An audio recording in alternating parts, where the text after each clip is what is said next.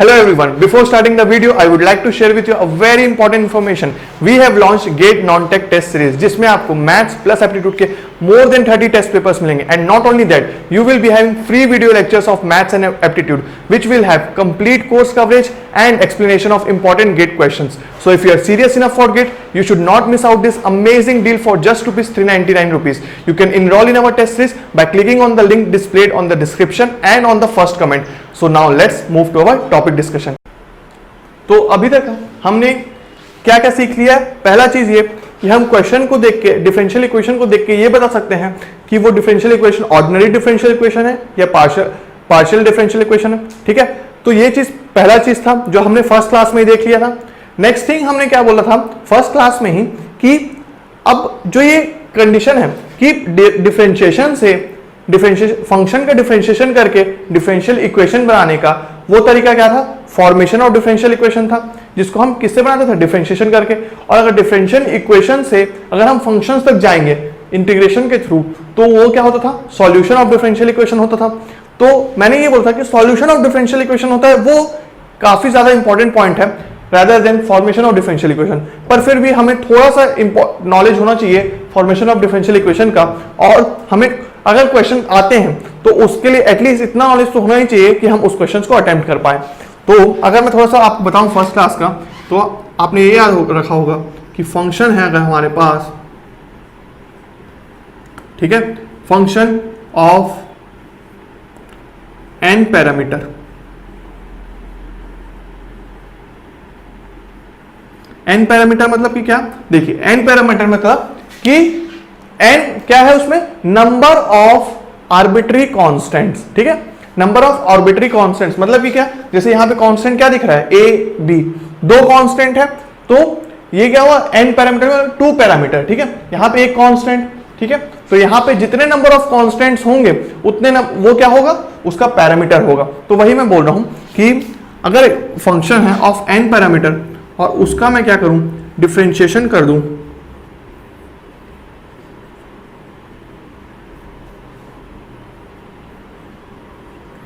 तो मुझे n order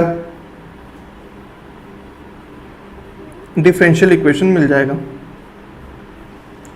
ठीक है, n पैरामीटर फंक्शन का डिफरेंशिएशन करने से n ऑर्डर डिफरेंशियल इक्वेशन मिलेगा. n ऑर्डर मतलब क्या, ऑर्डर आपको पता है अच्छे से कि ऑर्डर मतलब क्या, उतने नंबर ऑफ टाइम डिफरेंशिएशन करना पड़ेगा उस कांस्टेंट्स के, जितने कांस्टेंट्स होंगे उतना नंबर ऑफ टाइम्स डिफरेंशिएशन करके उस ऑर्डर का डिफरेंशियल इक्वेशन हमको मिलेगा. तो ये क्या था, इस पूरे प्रोसेस को मैंने नाम दिया था कि फॉर्मेशन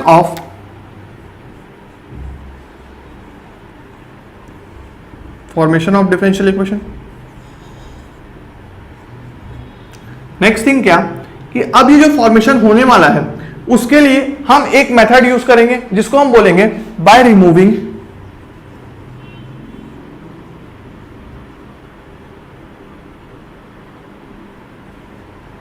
आर्बिट्री कांस्टेंट्स. ठीक है,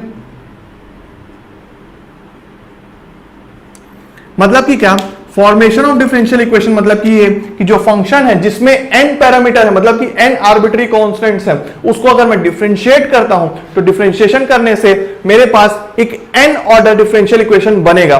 ठीक है, और उसमें मैं इस फॉर्मेशन ऑफ डिफरेंशियल इक्वेशन को कैसे बनाया, bye removing the arbitrary constants, मतलब कि उस टाइम कांस्टेंट्स नहीं होंगे डिफरेंशियल इक्वेशन में. तो एग्जांपल के तौर पे इस प्रोसीजर को पूरा समझते हैं. बेसिक तरीका है कि देखिए ये क्या है, ये एक फंक्शन है, अब ये फंक्शन है क्या, ये फंक्शन है, अगर आप देखेंगे y टू द पावर 1 और x टू द पावर 1 है, मतलब कि क्या, ये जो फंक्शन है वो रिप्रेजेंट किसको कर रहा है, फैमिली ऑफ लाइंस, या तो मैं क्या बोल सकता हूं, कर्व्स.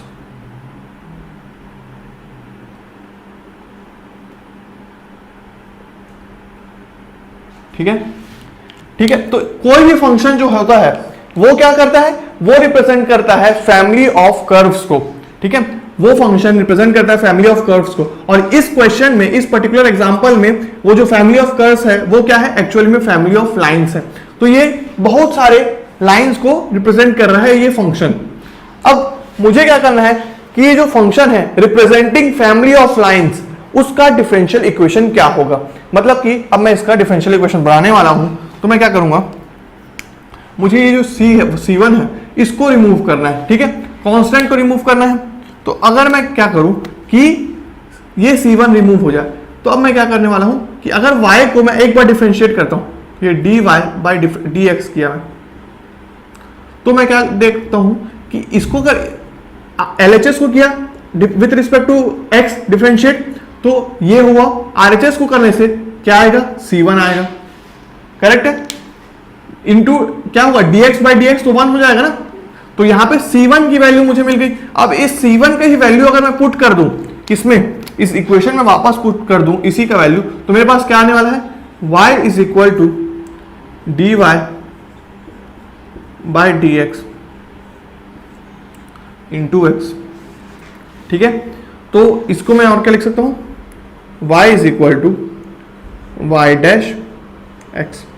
तो अब क्या हुआ, अब यह हुआ कि मैंने उस कांस्टेंट को रिमूव कर दिया। किससे रिमूव किया, बाय डिफरेंशिएटिंग रिमूव किया। डिफरेंशिएट करने से मैंने उस कांस्टेंट को रिमूव किया, कैसे, उस कांस्टेंट का एक वैल्यू असाइन करके, और उस कांस्टेंट को अगर मैं वापस पुट करता हूं तो मुझे एक डिफरेंशियल इक्वेशन मिला, जिसको मैं क्या बोल सकता हूं कि differential equation representing family of curves. और ये जो डिफरेंशियल इक्वेशन है, अगर मैं इसका उल्टा जाऊं मतलब कि क्या, इसको अगर मैं वापस इंटीग्रेट करके सॉल्व करूं और अगर मैं यहां तक पहुंच जाऊं, तो ये क्या बोलूंगा कि solution of differential equation representing family of curves is this, ठीक है। अभी क्या किया मैंने, इस फैमिली ऑफ कर्व्स ये फंक्शन को लेकर डिफरेंशियल इक्वेशन बनाया। अगर मैं इंटीग्रेट करके डिफरेंशियल इक्वेशन से इसको वापस पहुंच जाऊंगा, तो वो क्या कहलाएगा, मेरा सॉल्यूशन ऑफ डिफरेंशियल इक्वेशन कहलाएगा, राइट। तो ये एकदम बेसिक सा एग्जांपल था। नेक्स्ट एग्जांपल चलते हैं, जो आपको और काफी ज्यादा इंटरेस्टिंग होगा और अच्छे से समझ में आएगा। अब आप देखेंगे ये भी क्या है, ये फंक्शन जो है, ये फंक्शन भी क्या है, ये भी हमारा फैमिली ऑफ कर्व्स को डिनोट रिप्रेजेंट कर रहा है, ठीक है। फैमिली ऑफ कर्व्स मतलब ये क्या, वो हो सकता है हाइपरबोला, सर्कल हो सकता है, एलिप्स हो सकता है, लाइंस हो सकते हैं। उन सब को डिनोट करने के लिए कोई हर फंक्शन किसी एक फैमिली को ही रिप्रेजेंट करता है, ठीक है।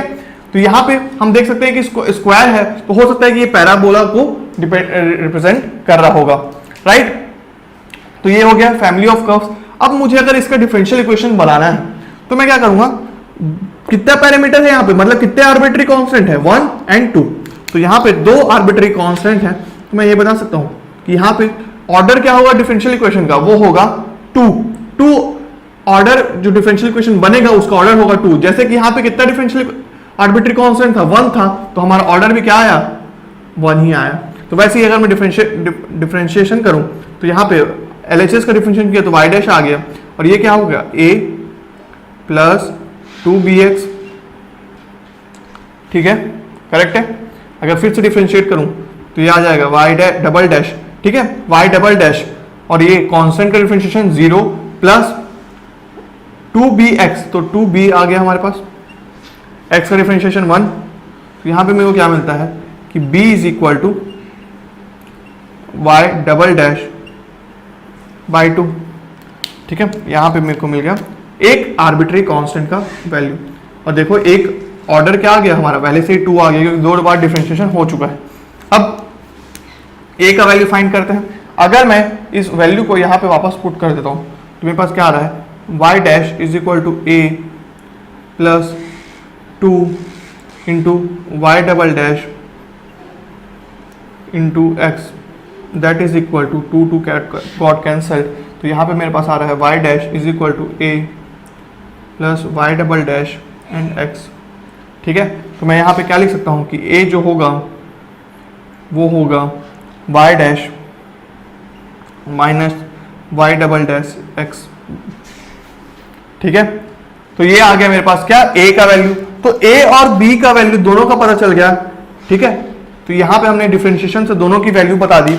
अब उसके बाद अगर मैं इन दोनों के वैल्यूज को इस फंक्शन में रखता हूं, तो मेरे पास क्या आएगा, ऑर्डर जो हमारा डिफरेंशियल इक्वेशन बनेगा वो होगा y is equal to a की वैल्यू क्या है, y dash minus y double dash x into x, ठीक है, plus b x square that is equal to y double dash into x square, ठीक है। तो ये हमारे पास डिफरेंशियल इक्वेशन आ गया। इसको अगर मैं और सिंप्लीफाई करना चाहूँ तो मैं लिख सकता हूँ y dash x minus y double dash x square plus y double dash 2x square, correct है। अब फिर ये हो जाएगा y is equal to y dash x minus y double dash x square by 2, ठीक है। तो अगर मैं इसको पूरा सिंप्लीफाई करूं, ये आ जाएगा मेरा यहाँ पे, इसको करने वाला हूँ y double dash x square y double dash, ठीक है, minus 2y minus plus 2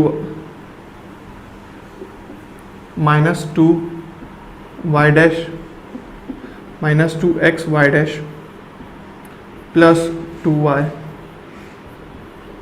equal to 0, ठीक है। तो यहाँ पे मेरा डिफरेंशियल इक्वेशन कैसा बना, x square y double dash minus 2xy dash plus 2y। तो ये जो डिफरेंशियल इक्वेशन आया, ये कैसे आया, bye removing the arbitrary constants, मतलब कि क्या, हमने उस कांस्टेंट को रिमूव किया। कैसे रिमूव किया, बाय डिफरेंशिएशन। और जितने आर्बिट्री कांस्टेंट्स है 2, तो यहाँ पे ऑर्डर क्या आ रहा है डिफरेंशियल इक्वेशन का, 2, ठीक है। तो ये था दूसरा मेथड, ठीक है।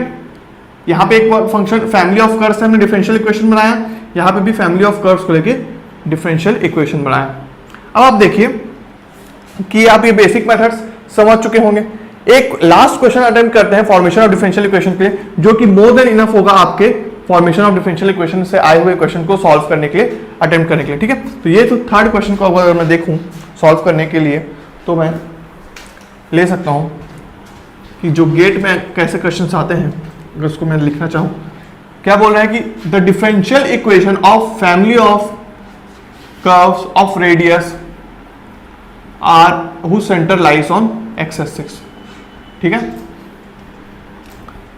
मतलब कि कर्व्स की जगह अगर वो क्या होगा, सर्कल लिख दूं, अगर मैं उसको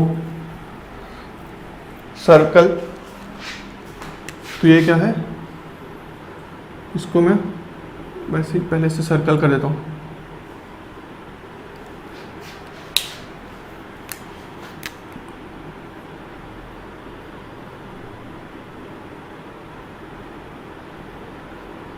ठीक है, तो हमें क्या बनाना है, एक ऐसा डिफरेंशियल इक्वेशन जो रिप्रेजेंट करे फैमिली ऑफ सर्कल्स को जिसका रेडियस r है और जिसका सेंटर लाई करता है एक्स एक्सिस पे। मतलब कि क्या, अगर मैं उसको बनाऊं, ये देखिए, ये क्या आ गया मेरे पास, एक्स एक्सिस आ गया और ये आ गया वाई एक्सिस। तो अगर मैं एक सर्कल लूं,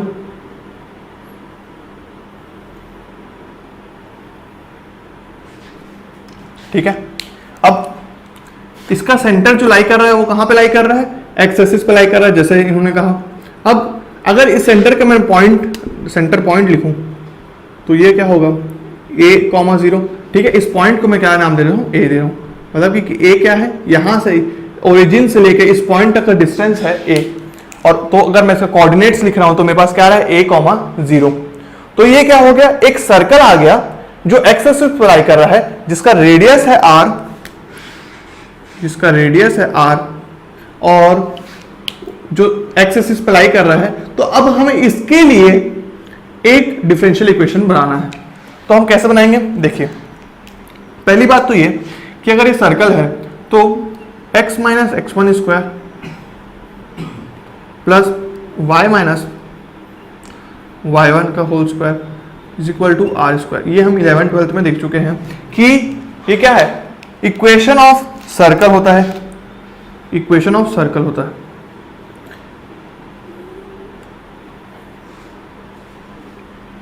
इक्वेशन ऑफ सर्कल होता है जिसमें से x क्या है, सेंटर है, x कोऑर्डिनेट जो है, सेंटर का x कोऑर्डिनेट है, और ये क्या है, सेंटर का y कोऑर्डिनेट है और ये क्या है इक्वेशन, ये रेडियस है।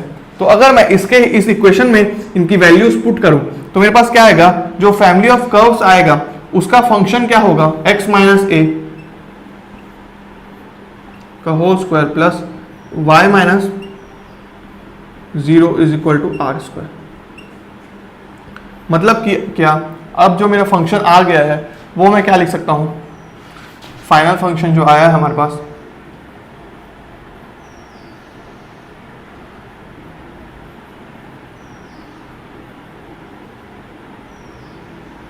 ठीक है।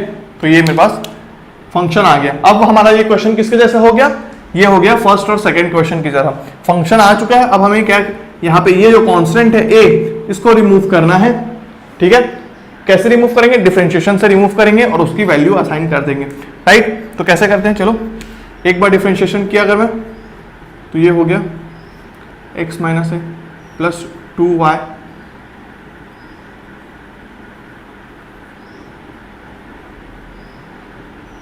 Is equal to 0, r square constant है तो हो जाएगा 0, ठीक है। नेक्स्ट थिंग क्या, अगर आप देखें तो x minus a is equal to minus 2y dy by d x divided by क्या, यहाँ पे 2 था तो ये 2 और ये 2 कैंसिल हो गया और ये हो गया x minus a is equal to minus y dy by d x, ठीक है। तो अगर मैं x माइनस ए की वैल्यू पूरे की पूरी x माइनस ए की वैल्यू पुट करूं यहां पे, तो मेरे पास क्या आएगा, माइनस y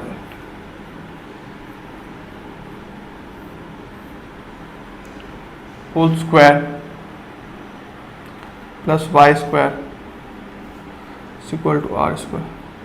मतलब कि क्या, इसको अगर मैं लिखूं तो ये हो जा रहा है y स्क्वायर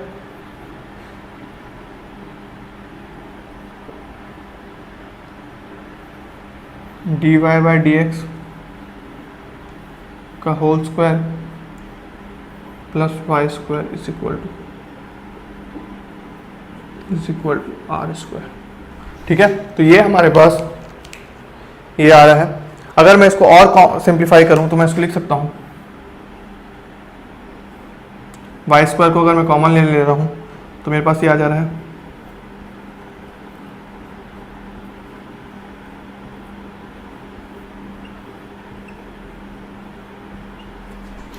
राइट। तो ये मेरे पास आ गया डिफरेंशियल इक्वेशन।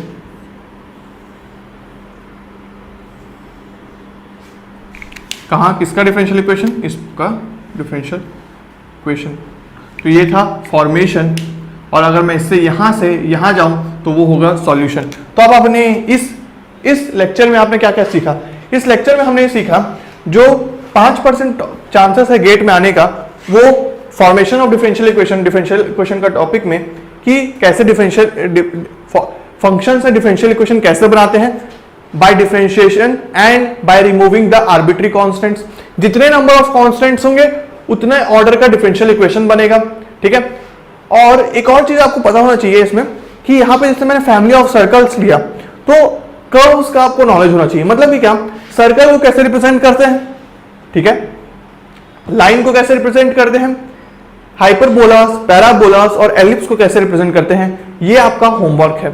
और आप इसको अपने इसी लेक्चर के नीचे थोड़ा सा पॉइंट लगा के लिखेंगे कि उनका इक्वेशन क्या होता है और उनको पहचानना कैसे है, ठीक है। तो वहां से आपको पता चलेगा कि आपको एक ये चीज आना चाहिए कि डिफरेंशियल इक्वेशन को देखकर मैं ये बता सकूं कि वो ऑर्डिनरी डिफरेंशियल इक्वेशन है या पार्शियल डिफरेंशियल इक्वेशन है, या वो उसका ऑर्डर क्या है, डिग्री क्या है, या वो लीनियर है कि वो नॉन लीनियर है, और दूसरा कि वो किस फैमिली ऑफ कर्व्स को रिप्रेजेंट कर रहा है। तो अभी तक हमने इतने सारे पॉइंट्स को डील कर लिया है। अब हम और थोड़ा डीप में चलते हैं। Thank you everyone for watching this video till the end. Please like this video and share it with your friends. If you are new to this channel, subscribe to our YouTube channel and don't forget to hit the bell icon to get the latest updates. And to boost your GATE preparation, enroll in our test series by clicking on the link displayed on the description and in the first comment. You can also join our Telegram channel by clicking on the link displayed in the description box. तो मिलते हैं अब next video में, तब तक के लिए have a good day. See ya.